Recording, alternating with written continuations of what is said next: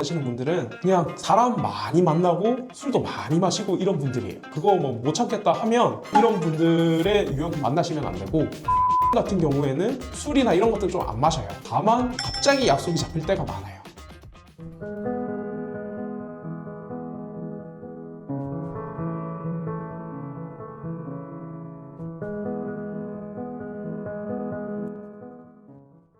안녕하세요, 이별의 시인 신현준 변호사입니다. PD님, 요번에 뭐 시리즈로 뭐 준비해 오셨다고요? 빨리 질문해 주세요. 저 빨리 영상 찍고 싶어요. PD님이 준비하신 게 변호사 남편이나 배우자로서 어떤지 이게 궁금하시다는 거예요? 그거는 변호사님 유형을 나눠봐야 되거든요. 변호사님이라고 다 같은 변호사님이 아니에요. 이거 뭐 나쁜 뜻이 아니고 하시는 일, 직종에 따라서 어울리는 배우자가 천차만별이에요. 일단 제가 말씀을 드리면 사내 변호사나 공무원 하시는 변호사님들이 계세요. 어디 직장인처럼 생활하시는 변호사님이시죠? 그러니까 이런 분들은 공무원이면 안정적이시고 사내변도 이직이 좀 자유로워요. 되게 대기업 수준의 연봉을 받으시니까 월급이 일반 직장인에 비해서는 많으신 편이긴 해요. 제가 주변에 선후배들 다 들어봐도 그런 점들을 고려하시면 안정적이고 일반 중소기업 직장인들보다는 조금 더 많이 받는 이런 걸 선호하시고 안정적인 걸 원하시면 괜찮으실 것 같아요. 제가 아는 변호사는 공무원인데 자기 와이프가 전문직이세요. 만나가지고 둘이 성향도 잘 맞고 해서 엄청 잘 사시더라고요. 아무래도 전문직이다 보니까 안정적인 사람을 원했던 것 같아요. 둘이 맞벌이 하니까 쏠쏠하더라고요. 맞벌이로 생활하는데 어려움은 조금 있겠지만 그런 걸로 해서 서로 벌이를 맞춰서 좀 행복하게 가정을 꾸려가는 경우도 봐서 그런 성향이시다, 안정적인 걸 원하신다고 하면 사내변이나 공무원 하는 변호사님을 찾으셔야 될 것 같고, 그리고 속무하는 변호사님이 있어요. 속무하는 변호사님 뭐냐 하면 소송하는 변호사님인데, 소송하는 변호사님들은 보통 시간이 야근하는 경우도 많고 하다 보니까 일이 좀 빡세요. 그러다 보니까 그런 걸 좀 이해해 줄 수 있는 나는 그런 마인드가 있다. 다만 이런 일이 있으니까 보상은 사내 변호사님들보다는 더 많은 경향이 좀 있긴 해서 그런 걸 괜찮다고 하시면 그런 배우자를 찾으시는 것도 괜찮은데, 이것도 어떤 사건 하는지에 따라서 좀 생각할 요소들이 많아요. 예를 들어서 형사사건을 하시잖아요. 뭐 형사사건 같은 경우에는 언제 구속될지, 뭐 언제 체포될지, 언제 사고가 터질지 모르잖아요. 그러다 보니까 시도 때도 없이 나가야 될 때가 있어요. 저도 형사사건 할 때 누구 구속돼 있다고 하면 헐레벌떡 막 새벽에 나가기도 하고 이렇게 나가는 경우가 있거든요. 제 와이프가 제일 힘들어했던 게 계획을 세워놔도 언제 계획이 무너질지 모르니까 그런 것들을 좀 힘들어 하시더라고요. 내가 뭐 세워놨는 게 갑자기 조금 틀어지고 하더라도 나 좀 안 열받는 유형이다, 이런 거 이해할 수 있다. 아니 물론 거기에 해당하는 뭐 구속사건 이런 것들은 일품이 많기 때문에 그런 보상은 저도 와이프한테 했었고 그런 건 있으니까 그런 생각은 좀 하실 필요는 있고, 다른 가사, 민사, 행정, 특히 가사 같은 경우에는 상속, 이혼 포함해서 이런 분들은 처음 겪어보시는 분들이 많으시잖아요. 이혼을 두 번, 세 번 하는 사람 잘 없잖아요. 너무 감정적으로 힘들어하시고 하는 분들이 많으니까 전화가 좀 많으세요. 그러니까 연락도 많으시고 하다 보니까 배우자가 연락하다가 시간을 보내는 경우가 많아요.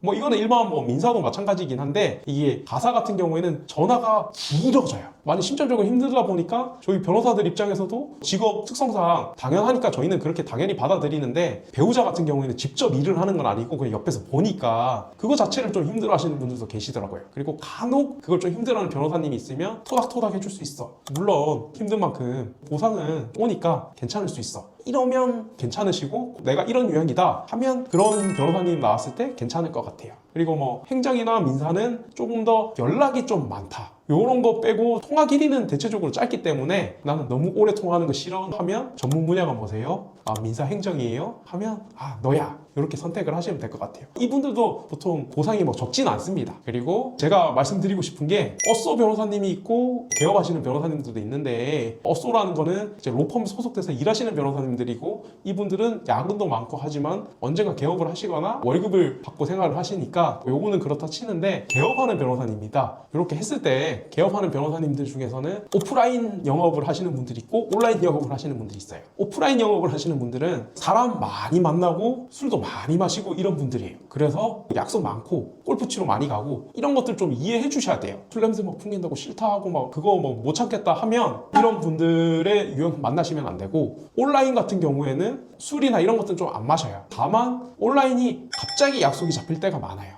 미리 약속을 잡아주시는 경우도 있지만 갑자기 잡아주시는 경우도 있어서 계획 자체가 세워놨다는 게 어그러질 수는 있기는 해요. 제가 말씀드리고 싶은 거는 온라인으로 하나 오프라인으로 하나 계획에 차질이 생길 만큼 많이 찾아주시는 변호사님이다. 그러면 그에 따라서 보상은 많이 따른다. 그러니까 금융치료를 많이 받으시라. 나는 금융이 맞다예요 하면 이걸 감내하시고, 그래도 금융 치료를 받더라도 내가 선택할 수가 있잖아요. 오프라인을 많이 하시는 영업 방식을 하시는 분들은 술을 많이 드실 거니까 나는 술 냄새는 못 참겠어, 뭐 이런 분들은 좀 피하시고, 온라인 하면 대신에 바쁘게 갑자기 뭐 잡히고 이런 것들은 있으니까 계획을 망가뜨리는 거나 금융 치료를 받더라도 요거는 좀 힘들어. 물론 오프라인도 약속을 마음대로 못 잡는 경우가 많지만 그래도 서로 인간관계가 있으니까 정말 너를 위해서라면 시간도 빼고 막 하시더라고요. 그런 거 좀 생각을 하셔가지고 나한테 맞는 변호사 배우자 유형이 뭔가 생각을 하셔가지고 꼭 소개팅 할 때 예의 없이 물어본다기보다는 궁금해서 물어볼 수 있잖아요. 어떤 일 하신다, 어떤 일 하시는 걸 들어보고 나의 최고의 핏은 뭐다 해서 배우자를 찾으셔야 될 것 같아요.